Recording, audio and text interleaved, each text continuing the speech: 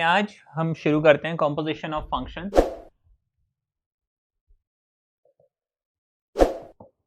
ठीक है, composition of function. अब देखिए कॉम्पोजिशन ऑफ फंक्शन होता क्या है। तो देखिए जैसे मान लीजिए फंक्शन मैंने आपको बताया था एक मशीन है जहाँ पे हम कुछ इनपुट करते हैं और वो हमें कुछ ना कुछ आउटपुट देता है। ठीक है, एक मशीन है जिसमें हमने कुछ डाला और हमें कुछ आउटपुट मिला। कॉम्पोजिशन में हम क्या कर रहे हैं कि जो एक मशीन से मुझे आउटपुट मिला उस आउटपुट को फर्दर मैंने एक दूसरी मशीन में डाल दिया जिसने उस आउटपुट को इनपुट लेके उसका फर्दर एक नया आउटपुट दे दिया। इसको हम बोलते हैं कॉम्पोजिशन। माना एक मशीन के आउटपुट को दूसरे मशीन का इनपुट बना दिया, या फिर एक ही मशीन के आउटपुट को वापस उसी मशीन में हमने इनपुट बना दिया। ठीक है, तो ये जस्ट मैंने आपको समझाने के हिसाब से बताया कि what exactly is composition. Question बताता हूँ फिर इसके कॉन्सेप्ट को समझाएंगे। क्वेश्चन करते हैं कैसे पहले वो बताता हूँ, ठीक है, फिर इसमें किन बातों का ध्यान रखना है वो बताएंगे। ठीक है, क्योंकि जो बातों का ध्यान रखना है वो बहुत ज़्यादा इंपॉर्टेंट है, क्योंकि अगर कई बार ऐसा भी हो सकता है हमने ध्यान देने वाली बातों पे ध्यान नहीं दिया और फंक्शन कंपोज कर दिया, फंक्शन कंपोज हो जाएंगे, ठीक है, लेकिन आंसर गलत हो जाएगा। तो पहले तो मैं आपको कंपोजिशन सिखाता हूँ। मान लीजिए आपको fx दिया हुआ है, कोई भी फंक्शन ले लीजिए, 2x + 3 ले लीजिए। अच्छा, gx कोई और फंक्शन दिया हुआ है, लेट्स से x³ + 1। ठीक है, ये कोई भी फंक्शन दो हमें दिए हुए हैं, आपको बोला है ये दो फंक्शन को कंपोज करने हैं ना। कंपोजिशन का मतलब है हम फंक्शन की लैंग्वेज में उसको कैसे लिखते हैं, हम उसको लिखते हैं FOG। ठीक है, या फिर ऐसे कई कई तरीके से लिखा जाता है, FOG, GOF। ठीक है, FOF, GOG। अब ये क्या है मैं आपको समझाता हूँ, ठीक है, वन बाय वन।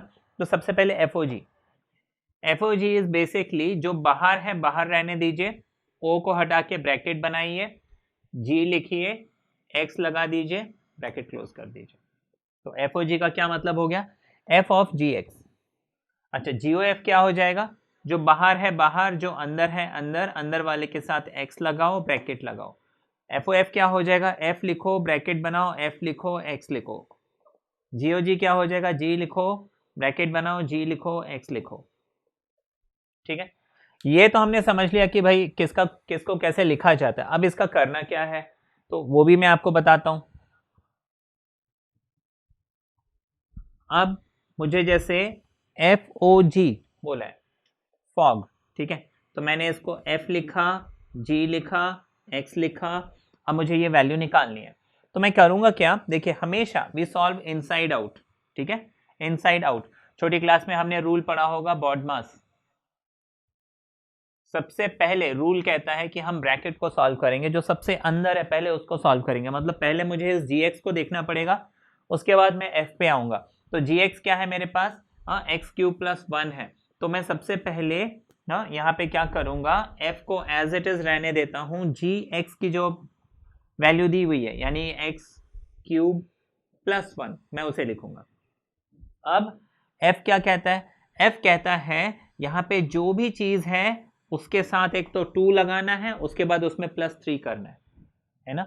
मान लीजिए मुझे f ऑफ 5 बोला है, तो मैं क्या करूंगा, रूल कहता है यहाँ जो भी है यानी कि 5, उसमें सबसे पहले तो आप 2 लगाइए, प्लस कीजिए 3 को, ऐसे ही है ना।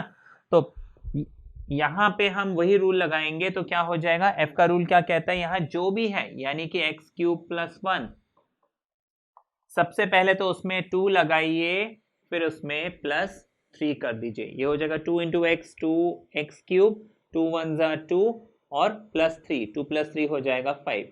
तो ये मुझे क्या मिल गया, FOG मिल गया। ठीक है, ये हमने F और G का कॉम्पोजिशन किया, FOG है ना, F में G को जो है कंपोज कर दिया। ठीक है, दैट इज कंपोजिशन। ये तो आपने समझ लिया कॉम्पोजिशन करना कैसे है। मैं आपको बाकी भी बता देता हूँ, GOG, FOF ये कैसे निकालेंगे, जो कि आपको बन जाएगा। उसके बाद हम समझेंगे कि इसमें हमें ध्यान किन बातों का रखना है। ये निकालना तो बड़ा आसान है ना, निकालने में तो कोई बड़ी बात नहीं है, फिर ध्यान किस बात का रखना है, इसमें क्या करना है। तो अब जैसे GOF निकालना है, तो ये हो जाएगा GFX। ठीक है, अच्छा, अब जो अंदर है एफ एक्स, पहले तो मैं उसको डालता हूं, यानी कि 2x + 3 लिख लेता हूं। बाहर मैंने g एज इट इज लिख लिया, मतलब बाहर वाले को छोड़ दो, पहले अंदर जो है उसकी वैल्यू डालो। अब इसमें g का मुझे रूल लगाना है। g का रूल कहता है यहां जो भी है उसको सबसे पहले तो आप क्यूब करेंगे, फिर +1 करेंगे। g का रूल कहता है यहां जो भी है, यानी कि 2x + 3, इसको सबसे पहले तो आप क्यूब करेंगे, फिर +1 करेंगे।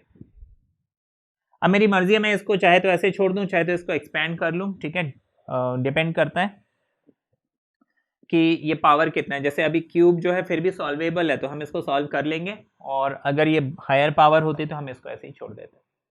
ठीक है, यहीं पे एफ ओ एफ निकालना है, तो मैं एफ एफ, ये और इजी हो जाएगा। ठीक है, एफ एफ एक्स, यानी कि एफ एक्स क्या है, एफ एक्स कहता है 2x + 3, तो मैं पहले इस एफ एक्स की वैल्यू 2x + 3 पुट करूंगा। एफ कहता है यहाँ जो भी है, देखिए ये एफ एफ और जी जी में कई बार कंफ्यूजन हो जाता है। ठीक है, कंफ्यूज नहीं होना है। देखिए मुझे उसी रूल को 2 बार लगाना है। ये रूल कहता है यहाँ जो भी है उसको ट्वाइस करो, +3 करो, तो यहाँ पे वही हम करेंगे, ट्वाइस करो मतलब इसी को दोबारा ट्वाइस करो, +3 करो, 2 2 ज़ा 4, 2 3 ज़ा 6 एंड 3 9। ये हो गया हमारा आंसर। ठीक है, ये हो गया एफ ओ एफ। इसी तरह से जी ओ जी, जी जी एक्स ऐसे लिख लेंगे। जी एक्स क्या होता है, बाहर वाले जी को ऐसे ही रहने देते हैं, जी एक्स जो भी मुझे दिया हुआ है उसको मैं एज इट इज लिख लूंगा। अब जी क्या कहता है, यहां जो भी है उसको क्यूब करो, +1 करो। जी कहता है जो भी है, यानी कि x³ + 1, इसको हमें क्यूब करना है, +1 करना है। ये हमारा आंसर हो गया। ठीक है, तो ये हमने देखा कि 2 फंक्शंस यहाँ पे जैसे f और g है, आप 3 फंक्शन 4 फंक्शन कितने भी फंक्शंस को कंपोज कर सकते हैं, कितने बार भी कंपोज कर सकते हैं, है ना, F O F O F. ठीक है, एफ जैसे 3 बार भी कंपोज कर सकते हैं, 4 बार भी कंपोज, ये आपकी मर्जी है। अब कंपोजिशन तो हमने कर लिया, इसमें ध्यान किन बातों का रखना है। देखिए हाँ, सबसे इंपॉर्टेंट चीज जब आप कॉपी करते हो उसका तो ध्यान रखना ही है, क्योंकि कई बार क्या है कि हम क्वेश्चन ठीक पढ़ते हैं। मैंने कई बार देखा है लोग टेस्ट लिखते हैं, लिखते टाइम क्वेश्चन तो ठीक पढ़ते हैं, लेकिन जब कॉपी करते हैं वो 2 को 3 कॉपी कर देते हैं। ठीक है, ये तो बेसिक चीजें होंगी कि हाँ कॉपी करते टाइम ध्यान रखना है, या फिर एफ अंदर है कि जी अंदर है वो ध्यान रखना है, उसकी वैल्यू प्रॉपर पुट करनी है, फॉर्मूलेस ठीक लगाने हैं। एक और बात का ध्यान रखना है, वो क्या मैं आपको बताता हूँ। ठीक है ना, अब देखिए एफ एक फंक्शन है, जी एक फंक्शन है। ठीक, अब जैसे कि आपको बोला ये फंक्शन है, तो ऑब्वियसली एक कहीं से कहीं तक मैप करता होगा। ठीक है, ए से बी तक, बी से सी तक, कहीं ना कहीं से लेके, है ना, मतलब इसका कोई ना कोई डोमेन होगा और कोई ना कोई कोडोमेन होगा। तो मान लीजिए एफ जो है वो ए से बी पे मैप करता है, और मान लीजिए जो फंक्शन जी है ये बी से सी पे मैप करता है। अब मुझे एफ ओ जी मतलब ये कॉम्पोजिशन करना है। अगर मुझे एफ ओ जी कॉम्पोजिशन करना है तो फिर इस फंक्शन का कोडोमेन और इस फंक्शन का डोमेन शुड मैच। ठीक है, नहीं तो हम कंपोज नहीं कर पाएंगे। ठीक है ना, ये जो है अगर ओवरलैप नहीं हो रहे हैं तो फिर हम कंपोज नहीं कर पाएंगे। तो ये एक इंपॉर्टेंट बात है जिसका हमें ध्यान रखना है। ठीक है, ये समझ लिया। अब देखिए यहाँ पे ये कोडोमेन मैच कर रहा है नहीं कर रहा है is really not important, but जब मैं इस फंक्शन को सॉल्व करता हूँ, है ना, इस f को मैंने सॉल्व किया, इसका जो मुझे रेंज मिलेगा ना, वो रेंज जो है इस डोमेन का सबसेट होना चाहिए। ठीक है, ये कोडोमेन एग्जैक्टली मैच करना ये जरूरी नहीं है, this is not important, but इस फंक्शन को जब मैं सॉल्व करूं उसका जो भी मुझे रेंज मिले, that range should be a part of this domain, तभी ये कॉम्पोजिशन होगा। सिमिलरली अदर वे अराउंड भी, अगर मुझे जैसे ये हम एफ ओ जी की बात कर रहे हैं, जी ओ एफ की बात कर रहे हैं, तो फिर हाँ उसका जो रेंज है वो उस फंक्शन का डोमेन है उसमें उसका सबसेट होना चाहिए। ठीक है, this is really really important इसके बिना हम ये क्वेश्चन सॉल्व नहीं कर सकते। इसके बिना हो सकता है आपको कोई फंक्शन दे दे, मान लीजिए f maps n to n and g maps real number to real number, ठीक है। अब आपको F x is equal to x cube दे दिया, g x is equal to x square दे दिया, ठीक है। अगर आप सिर्फ इतना देखोगे तो कंपोज तो हो जाएगा, लेकिन हमें इनका ध्यान रखना पड़ता है कि भाई ये चीज डोमेन को डोमेन है ना, मतलब जिस फंक्शन को मैं जिससे कंपोज कर रहा हूं तो उस फंक्शन का जो रेंज है वो दूसरे फंक्शन का, हाँ मान लीजिए मैं यहाँ पे एफ ओ जी निकाल रहा हूं, मतलब एफ जी एक्स, यहाँ पे एफ जी एक्स। अब जी एक्स जो है, इस जी एक्स का जो रेंज है, इस जी एक्स का जो रेंज है, इट्स रियली रियली इंपॉर्टेंट कि वो रेंज इस एफ फंक्शन के कोड फंक्शन के डोमेन का सबसेट होना चाहिए। अदरवाइज हम ऐसे कर तो रहे हैं, ठीक है, ये कंपोज तो हो जाएगा, लेकिन अदरवाइज मेरा आंसर जो है गलत हो जाएगा, ठीक है। अब देखिए ये क्वेश्चन दिया हुआ है। अब मैंने पूरा क्वेश्चन नोट नहीं किया है, बट मैंने जो मेन क्वेश्चन का एसेंस है वो नोट कर लिया। जैसे यहाँ पे बोला है F maps 2 3 4 5 2 3 4 5 9, G maps 3 4 5 9 2 7 11 and 15। अच्छा, उसके अलावा आपको बोला है F2 जो है 3 है, F3 जो है 4 है, F4 एंड F5 ये दोनों के दोनों 5 है, एंड G3 G4 दोनों 7 है, G5 G9 जो है दोनों 11 है। तो फिर ऐसे में आपको जो है क्वेश्चन में बोला है कि GOF है ना, आपको बोला फाइंड GOF, GOF आपको निकालना है, ठीक है, गॉफ निकालना है। अब GOF निकालना है मतलब मुझे GF(x) निकालना है, ठीक है, इतना हो गया। फर्स्ट थिंग फर्स्ट है ना, जैसे कि आपको बताया था, देखिए दो फंक्शन को कंपोज करना नो बिग डील, लेकिन आपको एक चेक जो करना है वो ये कि जिसको कंपोज करना है जिसमें कंपोज करना है, ठीक है ना, जिसको कंपोज करना है जिसमें कंपोज करना है, मतलब यहाँ पे जैसे मैं f जो है g के अंदर है ना, f को g के अंदर डाल रहा हूँ, तो जैसे f जो है g के अंदर है तो f का जो रेंज है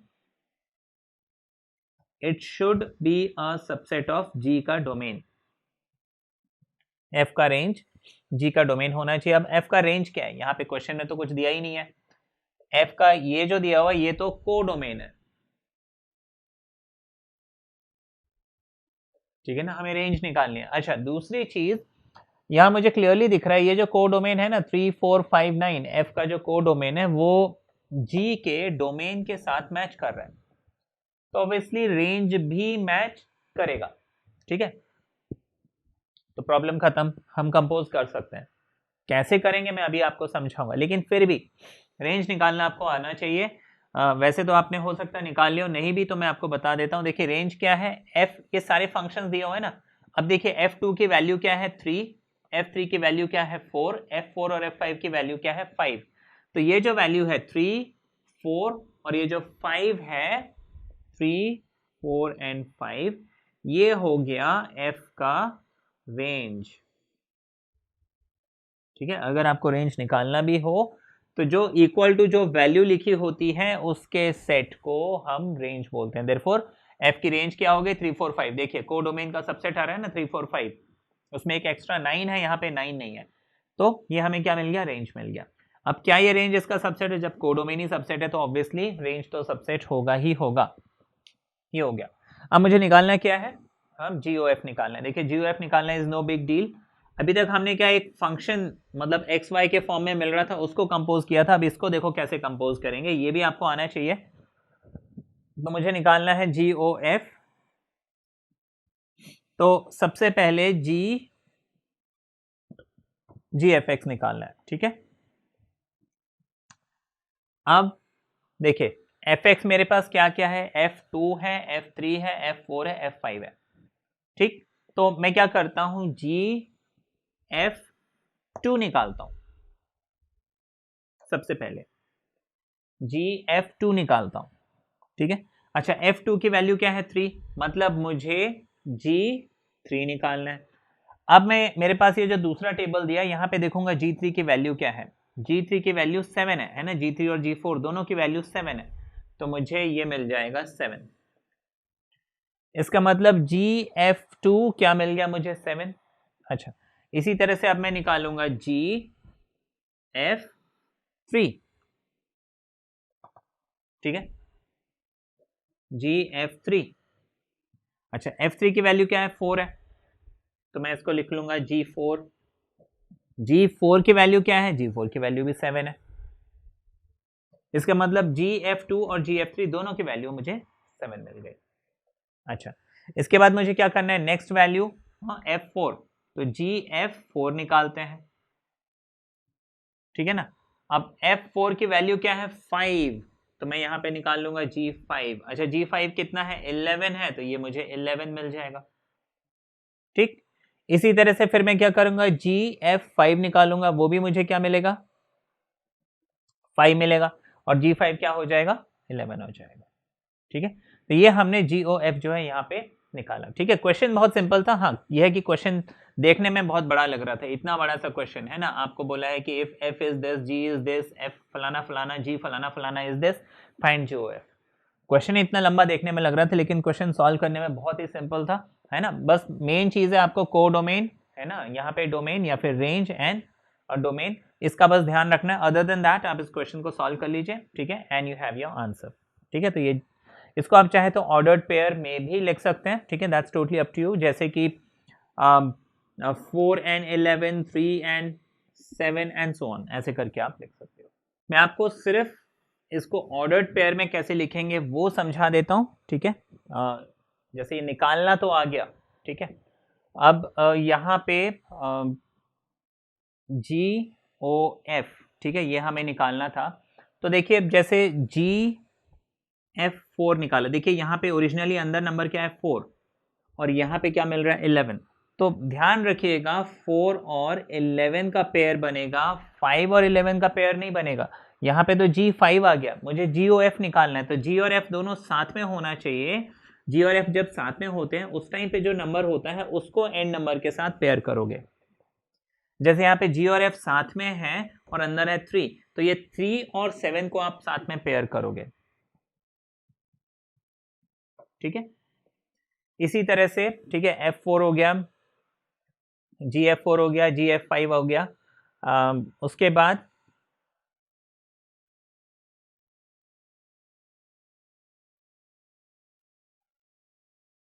GF5, ठीक है ना, निकालते हैं। देखिए GF5, F5 कितना है 5, तो G5 और G5 मुझे कितना मिल जाएगा 11 मिल जाएगा। तो ये 5 और ये 11 पेयर हो जाएंगे।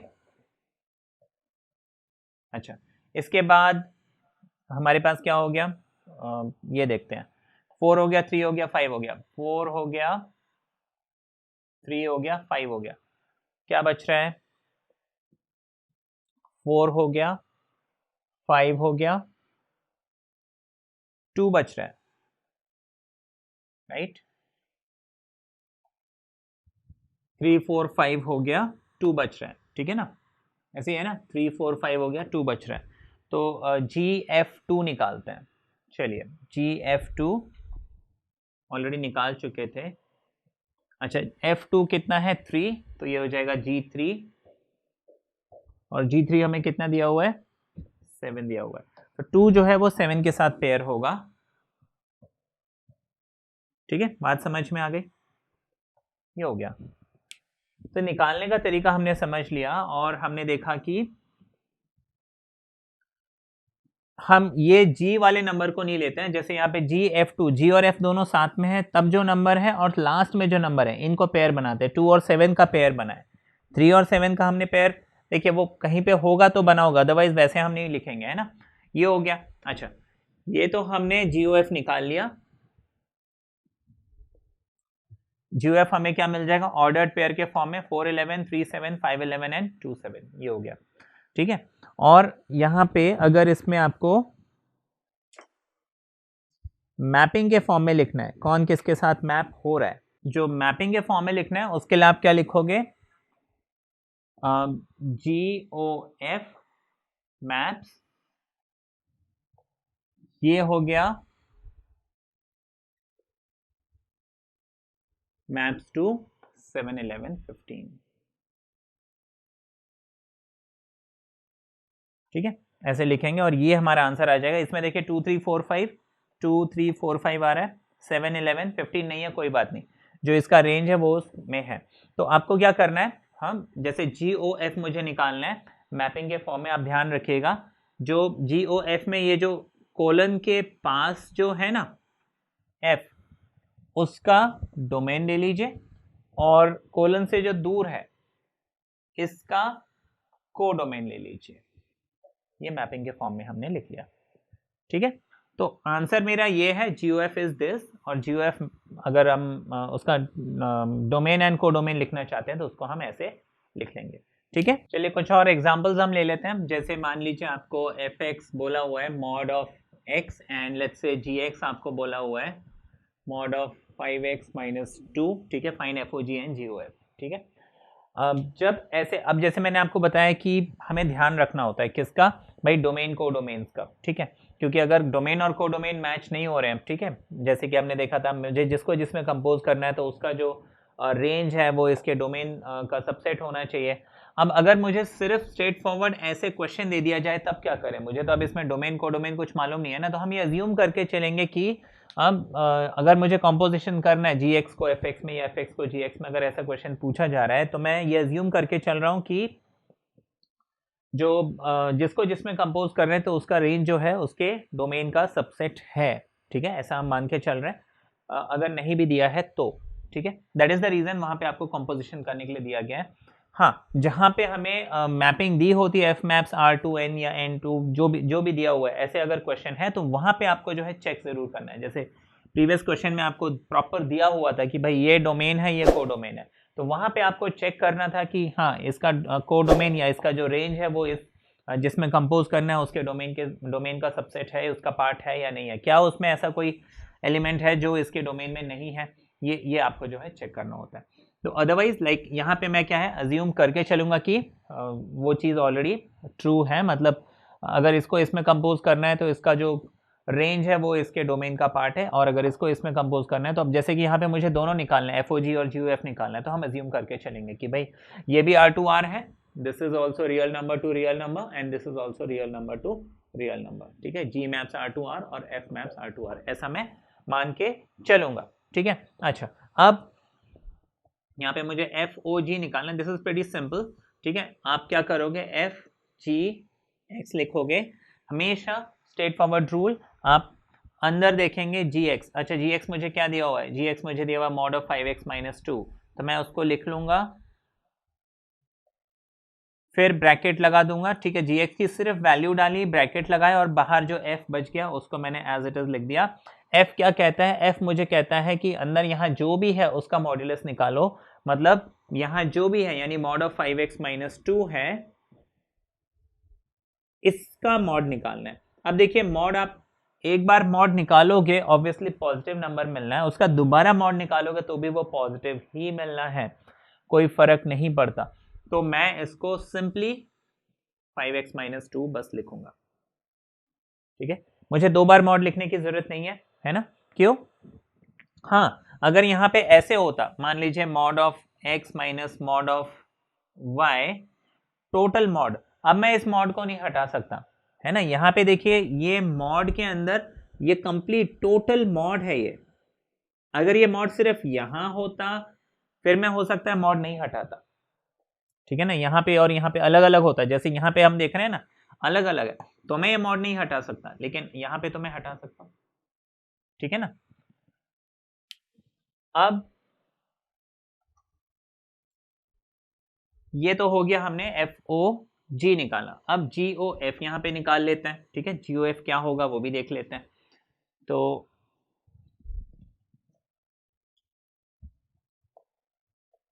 GOF का क्या मतलब हो जाएगा, GFX।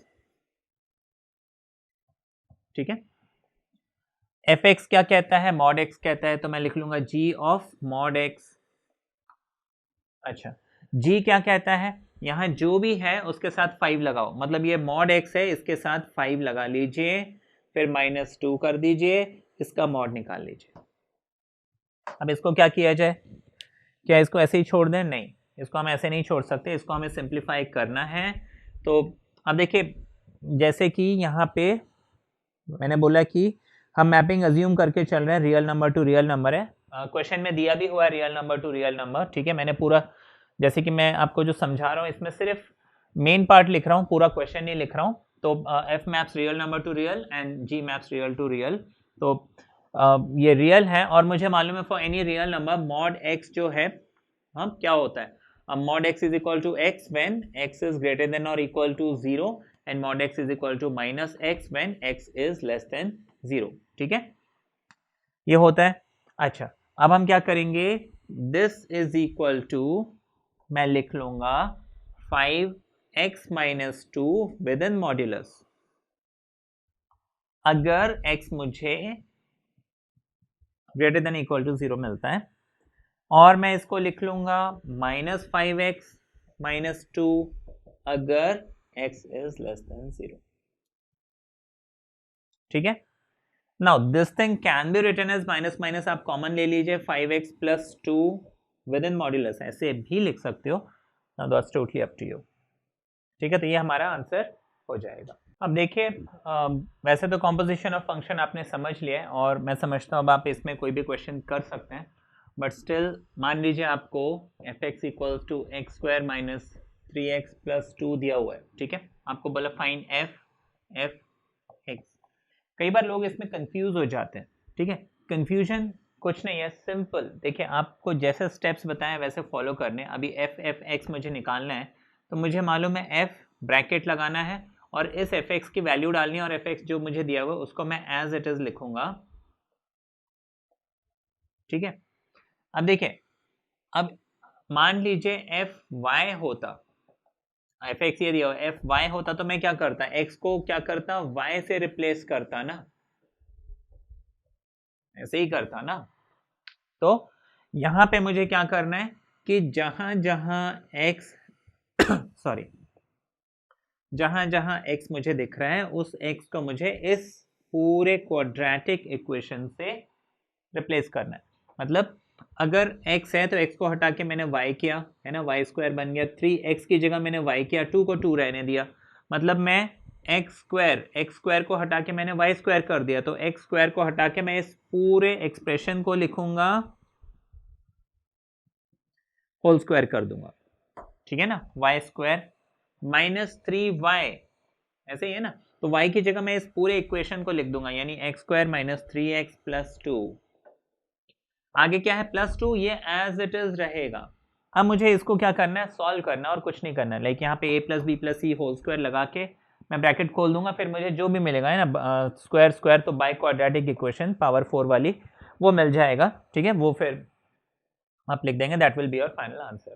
तो इसमें कंफ्यूजन कुछ नहीं करना है। थोड़ा सा यहाँ पे कई बार मैंने देखा है ऐसे क्वेश्चंस में, हाँ, लोग थोड़ा सा कंफ्यूज हो जाते हैं, इसलिए मैंने आपको बताया। और आपको कंफ्यूजन अपने मन में रखना नहीं है। फिर एक सिचुएशन और मिलती है जहाँ पे लोगों को थोड़ा सा कंफ्यूजन होता है, ठीक है, वो भी मैं आपको बता दूँ। एंड आप कोई भी गलती की मार्जिन नहीं रखना।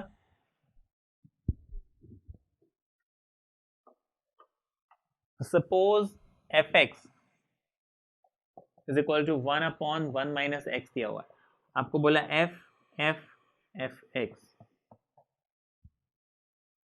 ठीक है, ये दिया हुआ है। तो देखिए मुझे करना क्या है, सबसे पहले तो इस एफ एक्स की वैल्यू डालनी है, 1/1 माइनस एक्स, एक एफ और एक और एफ बच गया, ठीक है ना। अच्छा, अब मुझे क्या करना है, दोबारा एफ का रूल लगाना है। एफ एक्स कहता है यहां जो भी है उसको 1/1 माइनस कर दो, ऐसे ही है ना। तो अब देखिए मैं सिर्फ इतना निकालता हूं पहले, तो एफ ऑफ 1/1 माइनस एक्स, तो यहां पे एफ एक्स क्या कहता है, 1/1 माइनस एक्स। यहाँ पे एफ वाई होता तो 1/1 माइनस वाई हो जाता, एफ जेड होता तो 1/1 माइनस जेड हो जाता। तो एफ ये है तो 1/1 माइनस ये पूरा का पूरा आना चाहिए,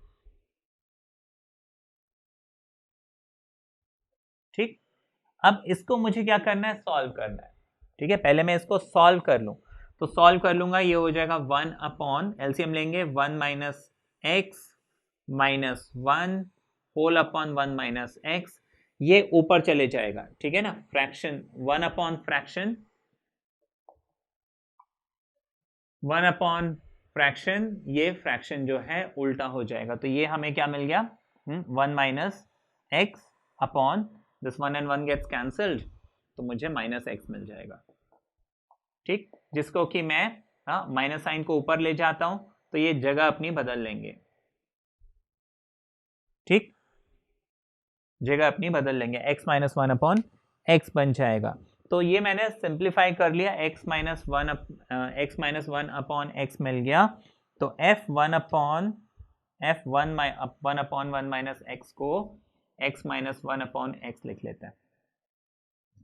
अब मुझे इसका भी फर्दर f निकालना था, तो मैं इस चीज को ऐसे लिख लूंगा, ठीक है, बात समझ में आ रही है। स्टेप बाय स्टेप, पहले fx की वैल्यू पुट करो, फिर उसका f निकालो, चाहे तो आप ऐसे, मेरे पास तो देखिए बोर्ड में जगह कम है, लेकिन आप क्या कर सकते हो, पहले f1 अपॉन 1 माइनस एक्स निकाला, जो कि आपको ये मिला, फिर आप चाहे तो इसको ऐसे ही छोड़ दो, ठीक है, कंफ्यूजन अवॉइड करने के लिए इसको ऐसे ही छोड़ दो, और नेक्स्ट स्टेप में फिर आप वो वैल्यू निकाल लीजिए f ऑफ दिस थिंग। एक बार फिर से इसको सॉल्व कर लीजिए, क्योंकि 3 बार सॉल्व करना है ना इस क्वेश्चन को, सॉरी 3 बार ये फंक्शन का जो रूल है वो अप्लाई करना है, तो f of x minus 1 upon x, ठीक है। अच्छा, fx हमें क्या दिया हुआ था, 1 अपॉन 1 माइनस एक्स दिया था, वही रूल मैं यहां पे लगाऊंगा, मैं इसको लिख लूंगा 1 upon 1 minus this whole thing, solve करेंगे x into 1, x minus X plus 1, ठीक है, माइनस माइनस प्लस, ये x ऊपर चले जाएगा, this and this gets cancelled, तो ये मुझे मिल जाएगा सिंपली x अपॉन 1, ठीक है, यानी कि x, तो f of x minus 1 upon x मुझे सिर्फ x मिल जाएगा, देयरफॉर f x मुझे क्या मिल गया, सिर्फ x मिल गया, दैट इज माई आंसर, ठीक है। पेशेंस चाहिए और कुछ नहीं, द क्वेश्चन इज सिंपल, बन जाएगा आपको, ठीक है। कुछ प्रॉपर्टीज देखेंगे कॉम्पोजिशन ऑफ फंक्शंस के, ठीक है, कॉम्पोजिशन ऑफ फंक्शंस, इसमें प्रॉपर्टी, सबसे पहली प्रॉपर्टी वो ये कि composition of functions are not commutative, ठीक है, नॉट कम्यूटेटिव, ठीक है, यहाँ पे नॉट लिख देते हैं, the composition of function is not commutative, ठीक है, composition of functions are not commutative in general, ठीक, कम्यूटेटिव का मतलब है FOG, ठीक है, is not equal to GOF in general, ठीक है, जनरली आपको ऐसी सिचुएशन नहीं मिलेगी जहां पे FOG और GOF जो है ये इक्वल हो, ठीक है, और हमने पीछे कुछ क्वेश्चंस किए, अगर आपने अपनी तरफ से कुछ क्वेश्चंस किए हो तो आपने नोट किया होगा, FOG हमें कुछ और मिलता है, GOF हमें कुछ और मिलता है, कुछ रेयर केसेस में हो सकता है आपको ये दोनों इक्वल मिल जाए, ठीक है, but generally it is not so, composition of function is not commutative in general, ठीक है ना। कम्यूटेटिव प्रॉपर्टी वैसे होता क्या है कि सिंपल लैंग्वेज में, मान लीजिए मैं 2 + 3 कर रहा हूँ तो मुझे 5 मिल रहा है, अगर मैं 3 + 2 करूँगा तो मुझे 5 ही मिलेगा, या फिर 2 3 6 है तो मुझे मालूम है 3 2 भी 6 ही होगा, ठीक है, 2 के टेबल में 3 की वैल्यू 6 है तो 3 के टेबल में 2 की वैल्यू, ठीक है ना, भी 6 ही होगी, तो दैट इज कम्यूटेटिव प्रॉपर्टी, ठीक है। Next we have the composition of function is associative, next property is associative, तो पहले मैं आपको बता दूं what exactly is associative, associative property आपको पता चल जाए, फिर एसोसिएटिविटी है क्या, देखिए यहां पे तो बोला था not commutative but it is associative, composition of function is associative. अब देखिए एसोसिएटिव प्रॉपर्टी होता क्या है, मान लीजिए मैं बोल रहा हूं 2 × 3 × 4, अब मैं यहाँ पे क्या बोलता हूँ कि पहले मैं 2 और, क्योंकि देखिए कभी भी हम 2 ऑपरेशन एक साथ कर सकते हैं, है ना, उसके बाद ही हम उसमें थर्ड, लाइक पहले मैं कोई 2 नंबर को मल्टीप्लाई करके फिर तीसरे नंबर को मल्टीप्लाई कर सकता हूँ। आई कैन नॉट लाइक तीनों को एक साथ मल्टीप्लाई नहीं कर सकता हूँ। लाइक पहले मैं 2 3 6 करूँगा, फिर उसमें 6 × 4 करूँगा, है कि नहीं। मैं ऐसा तो है नहीं सबको एक साथ मल्टीप्लाई कर दूँ, दैट इज़ नॉट पॉसिबल। तो एसोसिएटिव प्रॉपर्टी ये कहता है कि 2 × 3 × 4 में मैंने इन दोनों को पहले मल्टीप्लाई करके फिर रिजल्ट को 4 से मल्टीप्लाई किया, या फिर 3 और 4 को पहले मल्टीप्लाई किया और उसमें मैंने 2 को मल्टीप्लाई किया, मुझे रिजल्ट हमेशा सेम मिलने वाला है। ठीक है, माना ये ऑपरेशन पहले करूं या ये ऑपरेशन पहले करूं, है ना, उससे कोई फर्क नहीं पड़ता, the answer will remain the same. इसको हम एसोसिएटिव प्रॉपर्टी बोलते हैं। ये मल्टीप्लिकेशन और एडिशन दोनों में वैलिड है। ठीक है, अब कॉम्पोजिशन ऑफ फंक्शंस में देखिए ये एसोसिएटिव प्रॉपर्टी क्या कहता है कि मान लीजिए मेरे पास 3 फंक्शंस है F G and H. F है, जी है और एच है। अब देखिए एफ ओ जी ओ एच, ठीक है, मैं एफ और जी को पहले कंपोज करके उसमें फिर एच को कंपोज करूं, या फिर एफ ओ जी ओ एच, जी और एच को पहले कंपोज करूं फिर उसमें एफ को कंपोज करूं, मुझे रिजल्ट सेम मिलने वाला है। ठीक है, सो ये है एसोसिएटिव प्रॉपर्टी। यहाँ पे एक और चीज़ हमें ध्यान रखना है कि इसमें जो सबसे अंदर लाइक एफ ओ जी ओ एच ऐसे लिखा हुआ है, तो सबसे लास्ट में, है ना, अगर मैं ऐसे लेफ्ट टू राइट, हम लेफ्ट टू राइट लिखते हैं, ठीक है ना, लेफ्ट टू राइट लिखते हैं, तो सबसे राइट मोस्ट एंड में जो फंक्शन है, ठीक है, इसका कोडोमेन, यानी अगर मान लीजिए H maps A to B है, ठीक है, H maps A to B है, तो फिर इसका पीछे वाला यानी कि G maps B to C, है ना, बी टू कुछ भी हो सकता है, बी टू ए भी हो सकता है, कुछ भी हो सकता है, लेकिन जो ये फंक्शन है इसका जो कोडोमेन है ना, सबसे लास्ट में, लेफ्ट टू राइट हम देख रहे हैं, तो राइट मोस्ट एंड में जो फंक्शन है इसका जो लास्ट यानी इसका जो कोडोमेन है वो उसके प्रीवियस फंक्शन का डोमेन होना चाहिए। And the same rule is for here also, मतलब अब जो जी है, जी का जो कोडोमेन है एफ का वो डोमेन होना चाहिए, है ना, ये फिर आगे कहीं भी हो सकता है, लेट्स से C2D हो सकता है, कुछ भी हो सकता है। तो बेसिकली एच का कोडोमेन जी का डोमेन होना चाहिए, ठीक है, और जी का जो कोडोमेन है वो एफ का डोमेन होना चाहिए, या फिर उसका पार्ट होना चाहिए, ठीक है ना, सबसेट होना चाहिए, या तो फिर प्रॉपर वही हो। सो दिस, ये रूल यहाँ पे ना, ये चीज़ होना बहुत ज़रूरी है, ठीक है, अगर ये डोमेन्स ऐसे मैच नहीं हो रहे हैं तो फिर ये कंपोज हम कर ही नहीं सकते हैं। So this is associative property of composition. Next we have, आपको अगर बोला है कि दो बाइजेक्शंस है, बाइजेक्शन अब आपको याद ही हो गया होगा, बाइजेक्शन मींस जो 1 1 भी है और ऑन टू भी है, ठीक है ना, 1 1 भी है ऑन टू भी है, यानी इंजेक्शन भी है और सरजेक्शन भी है, तो ऐसे फंक्शन को हम बोलते हैं बाइजेक्शन। तो नेक्स्ट प्रॉपर्टी कहता है composition of two bijection,